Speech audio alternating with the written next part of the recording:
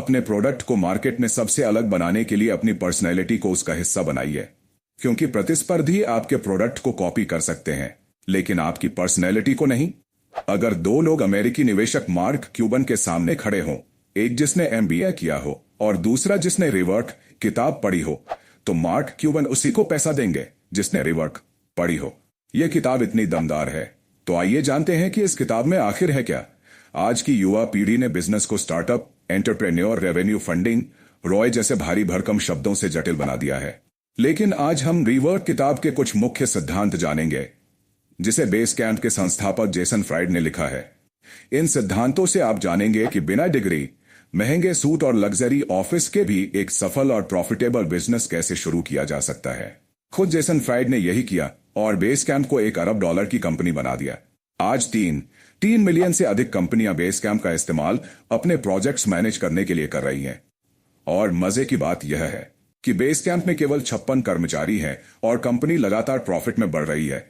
तो चलिए जानते हैं वे 4 सिद्धांत जिनकी मदद से जेसन फ्राइड ने बेस कैंप को खड़ा किया और जो आपके बिजनेस के लिए भी बहुत उपयोगी साबित हो सकते हैं। पहला सिद्धांत, अपनी समस्या खुद हल करें। Scratch your own etch. अमेरिकी ट्रैक कोच बिल बाउरमैन अपने खिलाड़ियों के लिए हल्के और टिकाऊ रनिंग शूज की तलाश में थे, लेकिन मार्केट में ऐसे जूते नहीं मिल रहे थे। इसलिए उन्होंने खुद ही रबर और वेफल आयरन की मदद से हल्के और मजबूत जूते बनाए। यही जूते आगे चलकर नाइकी की कंपनी बन गए। इसी तरह एलिशा ओटिस को सीढ़ियां चढ़ने से डर लगता था, इसलिए उन्होंने लिफ्ट का आविष्कार किया, जो आज हमारी रोजमर्रा की जरूरत बन चुकी है। लेखक जेसन फ्राइड ने भी जब वेब डिजाइन कंसल्टिंग फर्म शुरू की तो उन्होंने देखा कि प्रोजेक्ट मैनेजमेंट के लिए कोई अच्छा टूल उपलब्ध नहीं था।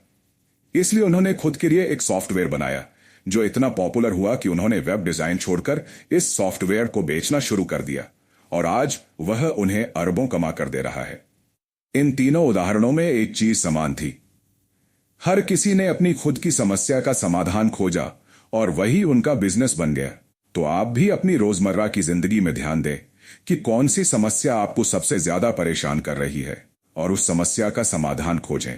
दूसरा सिद्धांत, बिजनेस शुरू करें, स्टार्टअप नहीं। जब लोग स्टार्टअप शुरू करते हैं तो वे खुद को एंटरप्रेन्योर मान लेते हैं और सोचते हैं कि जोखिम उठाना ही बिजनेस की खासियत है।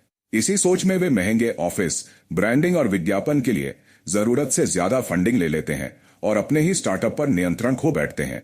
निवेशकों का पैसा लेना आसान लगता है, लेकिन यह आपके विजन को नियंत्रित कर लेता है। अब आप अपने ग्राहकों की बजाय निवेशकों की पसंद के हिसाब से फैसले लेने लगते हैं, जिससे कई बार मानसिक तनाव भी बढ़ जाता है।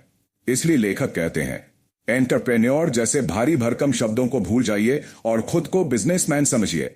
महंगे संसाधनों की जरूरत नहीं, जो भी उपलब्ध है उसी से शुरुआत कीजिए। धीरे धीरे इसे अपडेट करें जैसे एंड्रॉयड के नए वर्जन आते हैं। सबसे अच्छा उदाहरण डीमार्ट के संस्थापक राधा किशन दमानी है। उन्होंने 2002 में मुंबई में पहला डीमार्ट स्टोर खोला और फिर एक स्टोर से हुए मुनाफे से दूसरा, फिर तीसरा स्टोर खोलते चले गए। आज भारत में 200 से ज्यादा डीमार्ट स्टोर्स हैं और राधा किशन दमानी दुनिया के सबसे अमीर लोगों में शामिल है। तीसरा सिद्धांत, अपने बिजनेस के केंद्र पर ध्यान दें। Start at the epicentre. अगर आप एक बर्गर रेस्टोरेंट खोलना चाहते हैं तो सबसे महत्वपूर्ण चीज क्या होगी? स्टाइलिश रेस्टोरेंट या स्वादिष्ट बर्गर? जाहिर है, स्वादिष्ट बर्गर। अगर बर्गर स्वादिष्ट बर्गर, वो लोग दूर दूर से आकर खाएंगे, चाहे रेस्टोरेंट छोटा ही क्यों ना हो। लेखक कहते हैं कि शुरुआत में अपनी जरूरतों को पूरा करें, लग्जरी बाद में आती है।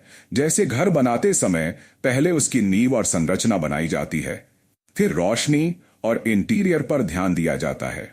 बिजनेस को सफल बनाने के लिए पहले यह पहचानिए कि अगर किसी एक चीज को हटा दिया जाए तो पूरा बिजनेस गिर सकता है। वही चीज आपके बिजनेस का केंद्र, एपाई सेंटर होगी और आपको उसी पर फोकस करना चाहिए। चौथा सिद्धांत, अपने प्रोडक्ट में खुद को डालें। Or yourself into the product. America की जूता बेचने वाली कंपनी जापोज बाजार में उपलब्ध जूतों को ही बेचती है, लेकिन फिर भी लोग वहां से खरीदते हैं क्योंकि उनकी कस्टमर सर्विस कोर वैल्यू का हिस्सा है। उनके कर्मचारी ग्राहकों से दोस्त की तरह बात करते हैं, जिससे एक अनोखा अनुभव मिलता है। लेखक कहते हैं कि अपने प्रोडक्ट को कॉपी होने से बचाने का सबसे अच्छा तरीका है अपनी पर्सनैलिटी को उसका हिस्सा बनाइए। जैसे एप्पल की ब्रांडिंग उसके हर प्रोडक्ट में झलकती है, जिससे उसके सबसे वफादार ग्राहक तैयार होते हैं। स्टीव जॉब्स ने गेआज, मेमोरी और प्रोसेसर जैसे टेक्निकल शब्दों की बजाय आईपॉड को 1000 गाने आपकी जेब में टैगलाइन के साथ लॉन्च किया और पूरा बाजार जीत लिया। इसलिए अपनी पर्सनैलिटी को अपने प्रोडक्ट का हिस्सा बनाइए, क्योंकि आपके प्रतिस्पर्धी आपके प्रोडक्ट को कॉपी कर सकते हैं लेकिन आपकी पर्सनैलिटी को नहीं। अगर हम रीवर्क की सभी सीखों को संक्षेप में देखें तो पहला और सबसे आसान तरीका बिजनेस शुरू करने का यही है कि आप वही प्रोडक्ट बनाएं जिसकी आपको खुद जरूरत हो, जैसे नाइकी के फाउंडर बिल बाउरमैन, एलिशा ओटिस और जेसन फ्राइड ने किया। दूसरी बात, बिजनेस शुरू करने के लिए महंगे संसाधनों की जरूरत नहीं होती, इसलिए अपने काम को पहले दिन से ही बिजनेस की तरह देखें और स्टार्टअप के झंझट में न पड़ें। तीसरा सिद्धांत यह है कि अपने बिजनेस के एपिसेंटर यानी उसके मुख्य पहलू पर फोकस करें, क्योंकि यही उसके अस्तित्व की रीढ़ है। और आखिरी और सबसे महत्वपूर्ण बात, अपने प्रोडक्ट को अलग बनाने के लिए अपनी पर्सनैलिटी को उसका हिस्सा बनाइए, क्योंकि आपके प्रतियोगी आपके प्रोडक्ट को कॉपी कर सकते हैं लेकिन आपकी पर्सनैलिटी को नहीं। जैसा कि एप्पल ने करके दिखाया, ऐसी ही और भी कई महत्वपूर्ण बातें रिवर्क किताब में लिखी हैं जो आपके बिजनेस को सफल बना सकती हैं।